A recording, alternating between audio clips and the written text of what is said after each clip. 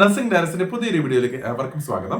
ഇപ്പോൾ കേരളത്തിലെ BS നഴ്സിംഗിന്റെ admissions ഒക്കെ കഴിഞ്ഞ വർഷത്തെ അപേക്ഷിച്ച് കുറച്ചും കൂടി നേരത്തെ തുടങ്ങിയെങ്കിലും ഇപ്പോഴും പല കാരണങ്ങൾ കൊണ്ട് തന്നെ അത് കംപ്ലീഷൻ ആയിട്ടില്ല. AMC SFNCക്ക് അഥവാ ക്രിസ്ത്യൻ മാനേജ്മെന്റ് അസോസിയേഷൻ മാത്രമാണ് 4 അലോട്ട്മെന്റുകൾ പൂർത്തിയായി ഇപ്പോൾ നിൽക്കുന്നത്.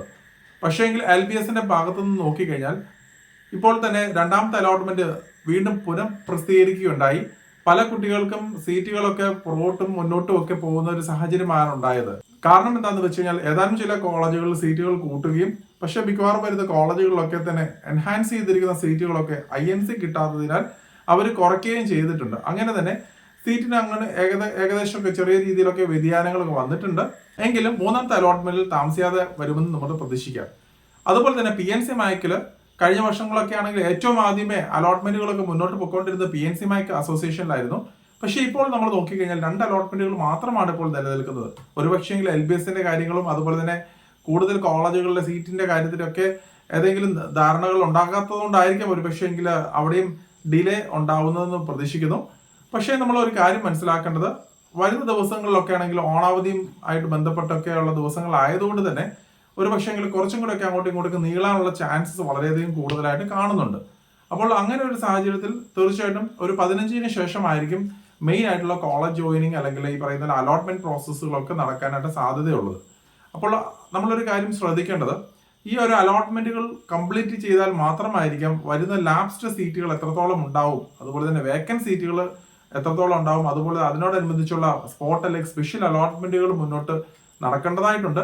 നിരവധി കുട്ടികളാണ് കേരളത്തിലെ അഡ്മിഷൻസുമായിട്ട് മാത്രം നോക്കി നിൽക്കുന്നത്. ഇതുവരെയുള്ള ഒരു ഏകദേശ കണക്കനുസരിച്ച് നമ്മൾ നോക്കിക്കഴിഞ്ഞാൽ അത്യാവശ്യം താരതമ്യേന മാർക്കുള്ള കുട്ടികൾക്ക് മാത്രമായിരിക്കും കേരളത്തിൽ ഈ ഒരു കുറി അഡ്മിഷൻ കിട്ടുവാനുള്ള പോസിബിലിറ്റി ഉണ്ടാവുക. അതുകൊണ്ട് തന്നെ നിങ്ങൾ അഡ്മിഷൻ പ്രോസസ്സിന്റെ കാര്യങ്ങളൊക്കെ വ്യക്തമായിട്ട് മനസ്സിലാക്കിയിട്ട് മാത്രം നിങ്ങൾ തീരുമാനങ്ങൾ എടുക്കുക. പക്ഷെ റിസർവേഷൻ കാറ്റഗറി സ്റ്റുഡൻസിനെ സംബന്ധിച്ച് പറയുമ്പോൾ അലോട്ട്മെന്റുകൾ മൂവ് ചെയ്ത് കഴിഞ്ഞാൽ മാത്രമേ നമുക്ക് അതിന്റെ കൂടുതൽ കാര്യങ്ങൾ നമുക്ക് മനസ്സിലാക്കാൻ സാധിക്കുകയുള്ളൂ. കാരണം റിസർവേഷൻസ് ആണെങ്കിൽ തന്നെ ഏറെക്കുറെ അങ്ങോട്ടും ഇങ്ങോട്ടൊക്കെ വ്യത്യാസങ്ങൾ ഉണ്ടാവാൻ സാധ്യതയുണ്ട്.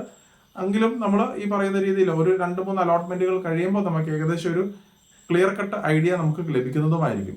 ഇപ്പോൾ നമ്മൾ ജനറൽ കാറ്റഗറി വിഭാഗത്തിൽ നമ്മൾ നോക്കിക്കഴിഞ്ഞാൽ 94% താഴെ ഇൻഡെക്സ് മാർക്കിൽ താഴെയുള്ള കുട്ടികളെ സംബന്ധിച്ച് പറയുമ്പോൾ കേരളത്തിൽ അഡ്മിഷൻ കിട്ടുക എന്നുള്ളത് ഏറ്റവും അവസാനം വരെ കാത്തിരിക്കേണ്ട ഒരു കാര്യമായിട്ട് നിൽക്കുന്നുണ്ട്. അതുകൊണ്ട് തന്നെ നമുക്ക് ഏറ്റവും ബെസ്റ്റ് ആയിട്ടുള്ള കോളേജുകൾ നിങ്ങൾക്ക് അഡ്മിഷൻസ് ലഭിക്കുകയില്ല എന്നുള്ളതും കൂടെ മനസ്സിലാക്കുക. ഇപ്പോൾ കർണാടകത്തിലൊക്കെ ആണെങ്കിൽ തന്നെ ഇപ്പോൾ സെക്കൻഡ് അലോട്ട്മെന്റുകളിലേക്ക് മൂവ് ചെയ്യുകയാണ്.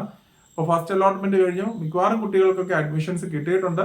പല കുട്ടികളും കോളേജിൽ തന്നെ ജോയിൻ ചെയ്തിട്ടുണ്ട്. വലിയ ഫീസ് ഇല്ലാതെ തന്നെ കുട്ടികൾക്ക് അഡ്മിഷൻസ് കിട്ടിയ സാഹചര്യങ്ങളുണ്ട്.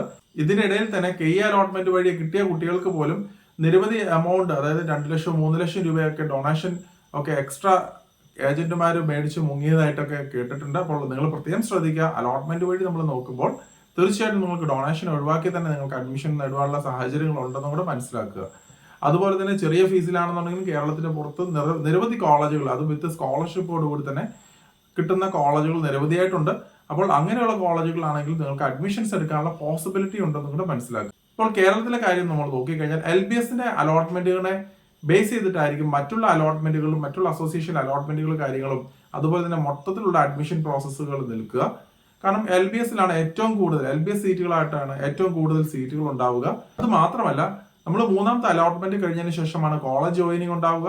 അപ്പോൾ കോളേജ് ജോയിനിങ്ങിന്റെ ഡേറ്റ് കഴിഞ്ഞാൽ മാത്രമേ നമുക്ക് വ്യക്തമായിട്ട് എത്ര കുട്ടികൾ ഈ പറയുന്ന കോളേജുകളിൽ അഡ്മിഷൻസ് എടുത്തിട്ടുണ്ട്, അവർ മാനേജ്മെന്റ് സീറ്റിൽ തന്നെ തുടരുകയാണോ അല്ലെങ്കിൽ LBS സീറ്റിലേക്കാണോ അവർ ജോയിൻ ചെയ്തതെന്ന് നമുക്ക് മനസ്സിലാക്കുകയും കഴിയുകയുള്ളൂ. അതുപോലെ തന്നെ അതിന്റെ അനുപാതികത അനുസരിച്ച് മാത്രമായിരിക്കും സ്പെഷ്യൽ അലോട്ട്മെന്റുകളിലേക്ക് നമുക്ക് മുന്നോട്ട് വേക്കൻസികൾ രൂപപ്പെടുക. അപ്പോൾ ആ ഒരു ഘട്ടം വരെ നമ്മൾ വെയിറ്റ് ചെയ്ത് കഴിഞ്ഞാൽ നമുക്ക് ഏകദേശം നമുക്കൊരു ഐഡിയ ലഭിക്കുന്നതുമായിരിക്കും.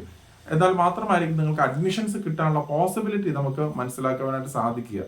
എങ്കിലും നമ്മൾ വരുന്ന ദിവസങ്ങളിൽ കൂടുതൽ ഇതിന്റെ അപ്ഡേറ്റ്സ് ഉണ്ടാവും. സെപ്റ്റംബർ മാസം 10-ാം തീയതിക്കുള്ളിൽ തന്നെ എന്തെങ്കിലും റീഅറേഞ്ച്മെന്റ് ചെയ്യുവാനായിട്ട് പറഞ്ഞിട്ടുണ്ട് മൂന്നാമത്തെ അലോട്ട്മെന്റിന് വേണ്ടി പ്രതീക്ഷിക്കുന്ന കുട്ടികളെ സംബന്ധിച്ച്. അതുപോലെ തന്നെ 5ഓളം വരുന്ന പുതുതായിട്ട് വരുന്ന കോളേജുകളും കൂടെ ഇതിനോടകം കൂട്ടിച്ചേർത്തിട്ടുമുണ്ട്.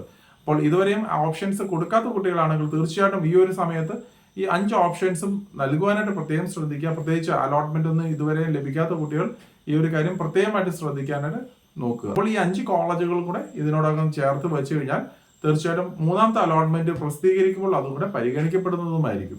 അപ്പോൾ മറ്റൊരു അപ്ഡേറ്റ് ഉടൻ തന്നെ കാണാം. നന്ദി.